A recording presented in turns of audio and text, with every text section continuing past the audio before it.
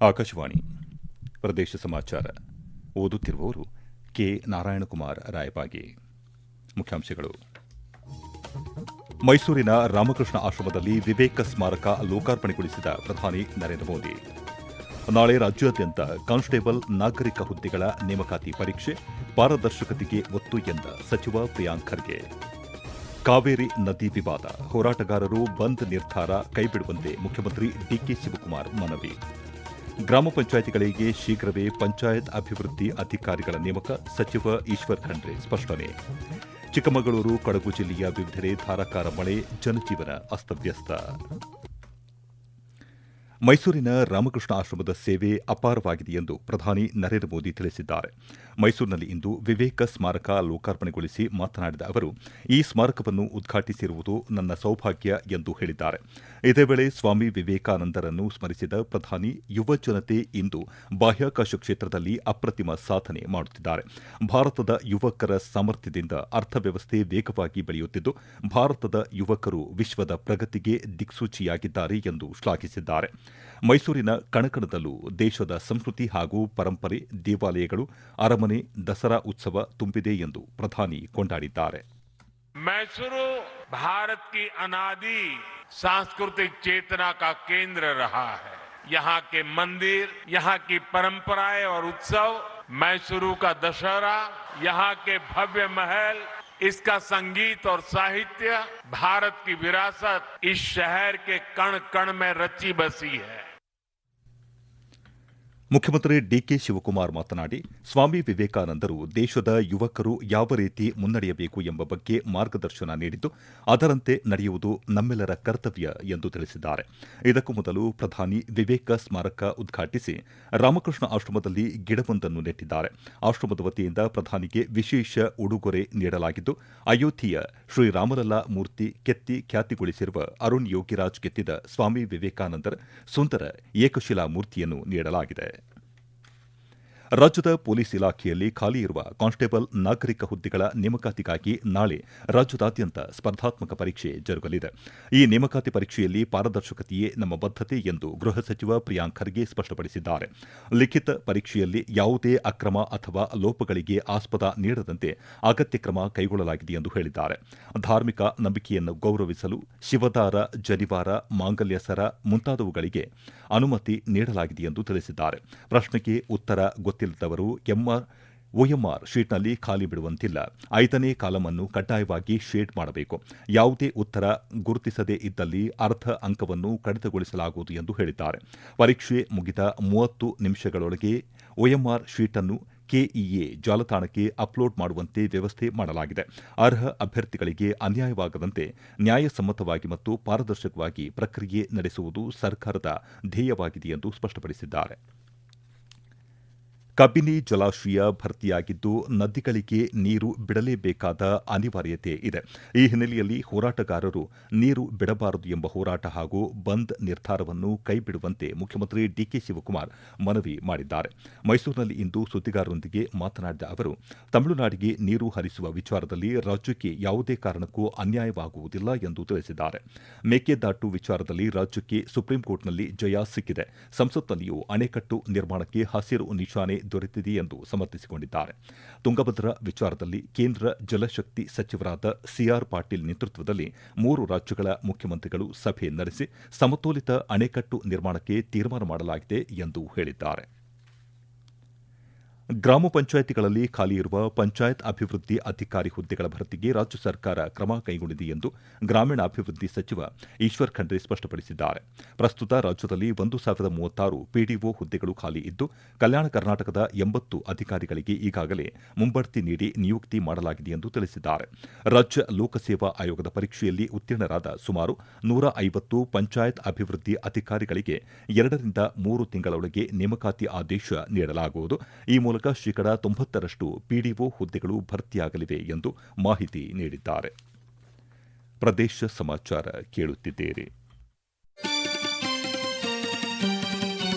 ನಮ್ಮ ಎಲ್ಲಾ ರಾಷ್ಟ್ರೀಯ ವಾರ್ತೆಗಳು ಹಾಗೂ ಪ್ರದೇಶ ಸಮಾಚಾರ ಈಗ ಆಕಾಶವಾಣಿ ನ್ಯೂಸ್ ಕನ್ನಡ ಯೂಟ್ಯೂಬ್ ಚಾನೆಲ್ನಲ್ಲಿ ಲಭ್ಯ. ನಮ್ಮ ಎಕ್ಸ್ ಖಾತೆ ಮತ್ತು ಇನ್ಸ್ಟಾಗ್ರಾಂ ಖಾತೆ ಆಕಾಶವಾಣಿ ನ್ಯೂಸ್ ಕನ್ನಡ. ಹೆಚ್ಚಿನ ಮಾಹಿತಿಗಾಗಿ ನಮ್ಮ ಫೇಸ್ಬುಕ್ ಖಾತೆ AIR ಕನ್ನಡ ನ್ಯೂಸ್ ಅನುಸರಿಸಿ. ಮಾಹಿತಿಯ ಹೂರಣ ವಾರದ ಕಾರ್ಯಕ್ರಮ ಪ್ರಚಲಿತ ವಿದ್ಯಮಾನ ಪ್ರತಿ ಬುಧವಾರ 9:15ಕ್ಕೆ.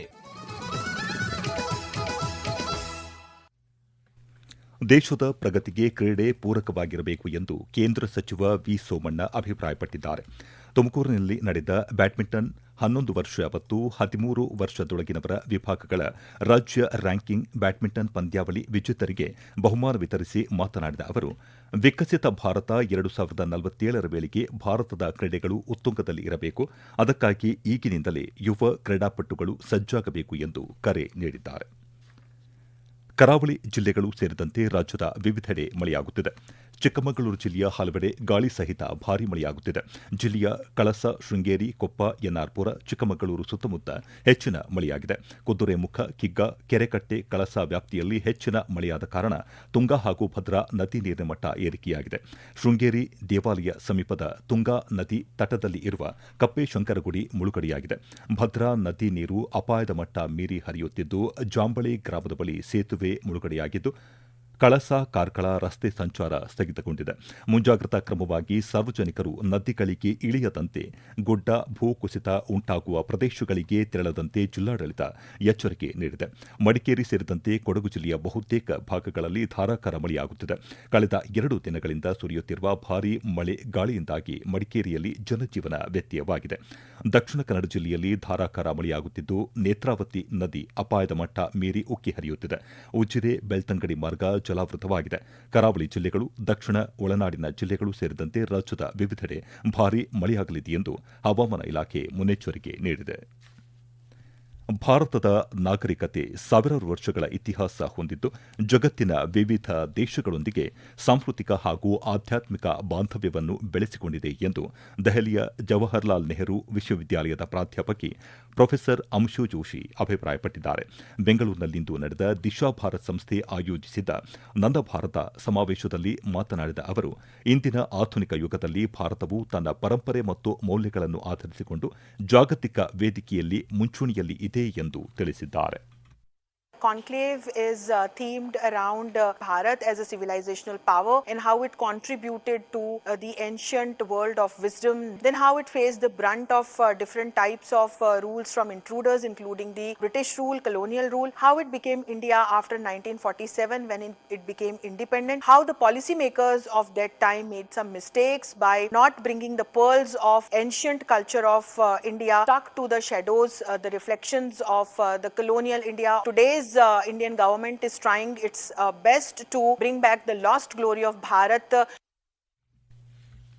ಕಾರ್ಯಕ್ರಮದಲ್ಲಿ ಭಾಗವಹಿಸಿದ್ದ ವಿವಿಧ ಕ್ಷೇತ್ರಗಳ ತಜ್ಞರು ಮತ್ತು ಸಾರ್ವಜನಿಕರು ಭಾರತದ ಭವಿಷ್ಯದ ದಿಶೆ, ಅದರ ಜಾಗತಿಕ ಪ್ರಭಾವ ಮತ್ತು ನಾಯಕತ್ವದ ಸಾಧ್ಯತೆಗಳ ಬಗ್ಗೆ ಚರ್ಚಿಸಿದರು.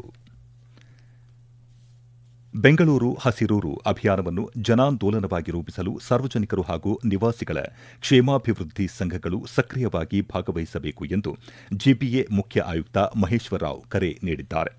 ಜಿಬಿಎ ವ್ಯಾಪ್ತಿಯಲ್ಲಿ ಆಗಸ್ಟ್ 15ರಿಂದ ಹಮ್ಮಿಕೊಳ್ಳಲು ಯೋಜಿಸಿರುವ ಕಾರ್ಯಕ್ರಮದ ಪೂರ್ವ ಸಿದ್ದತೆಗಳ ಕುರಿತು ವರ್ಚುವಲ್ ಸಭೆ ಉದ್ದೇಶಿಸಿ ಮಾತನಾಡಿದ ಅವರು, ಸಸಿ ನೆಡುವ ಸಂಬಂಧ ಅಧಿಕಾರಿಗಳಿಗೆ ಅಗತ್ಯ ನಿರ್ದೇಶನ ನೀಡಿದ್ದಾರೆ. ಇಂದು ವಿಶ್ವ ಶ್ವಾಸಕೋಶ ಕ್ಯಾನ್ಸರ್ ದಿನಾಚರಣೆ. ಈ ಮಾರಕ ಕಾಯಿಲೆಯ ಕುರಿತು ಸಾರ್ವಜನಿಕರಲ್ಲಿ ಜಾಗೃತಿ ಮೂಡಿಸುವ ಉದ್ದೇಶದಿಂದ ಈ ದಿನಾಚರಣೆಯನ್ನು ಆಚರಿಸಲಾಗುತ್ತಿದೆ. ಕೊನೆಯಲ್ಲಿ ಮತ್ತೊಮ್ಮೆ ಮುಖ್ಯಾಂಶಗಳು. ಮೈಸೂರಿನ ರಾಮಕೃಷ್ಣ ಆಶ್ರಮದಲ್ಲಿ ವಿವೇಕ ಸ್ಮಾರಕ ಲೋಕಾರ್ಪಣೆಗೊಳಿಸಿದ ಪ್ರಧಾನಿ ನರೇಂದ್ರ ಮೋದಿ.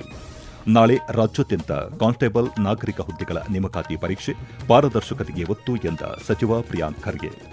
ಕಾವೇರಿ ನದಿ ವಿವಾದ, ಹೋರಾಟಗಾರರು ಬಂದ್ ನಿರ್ಧಾರ ಕೈಬಿಡುವಂತೆ ಮುಖ್ಯಮಂತ್ರಿ ಡಿಕೆ ಶಿವಕುಮಾರ್ ಮನವಿ.